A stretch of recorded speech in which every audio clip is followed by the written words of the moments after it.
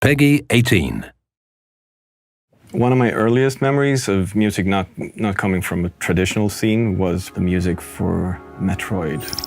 I was completely caught up in that music.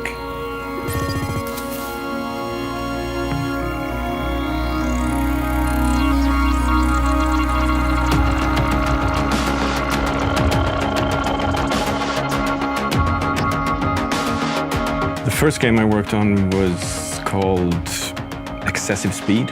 We had the first Pentium processors with a small 14-inch CRT screen and Sound Blaster sound card.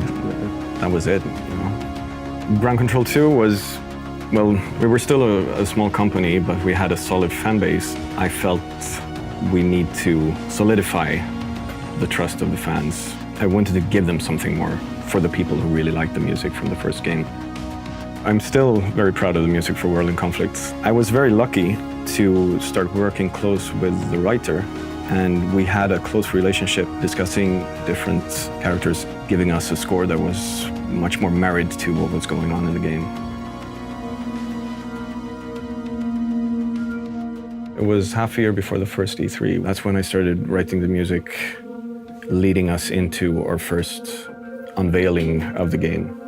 Without any preconceptions at all of the sounds, I started investigating the story and the characters and figuring out where do the sounds come from in the world, in the story. There are going to be characters in the game that play different instruments, and you're going to encounter these people in different ways, in different locations.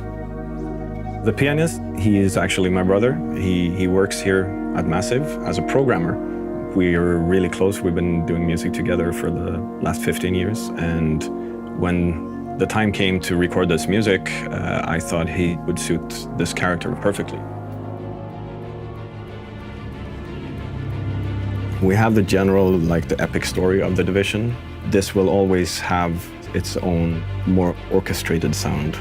But when you dig into the deeper stuff, when you play the game, sometimes even go only down to percussion and analog synthesizers and get that roomy, realistic feel with something that is old and tangible.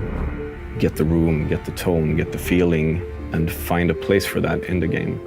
Limitations is the key to invention in anything, really. I find so every single day I create music, it's about limitations. And what happens to people when society breaks down, they go back to their roots. I looked at different kinds of guitars and a lot of instruments that were brought to the US when people still didn't have records and things like that. What is it that we fall back on when we don't have electricity and things like that? That was sort of building the basis of the whole score.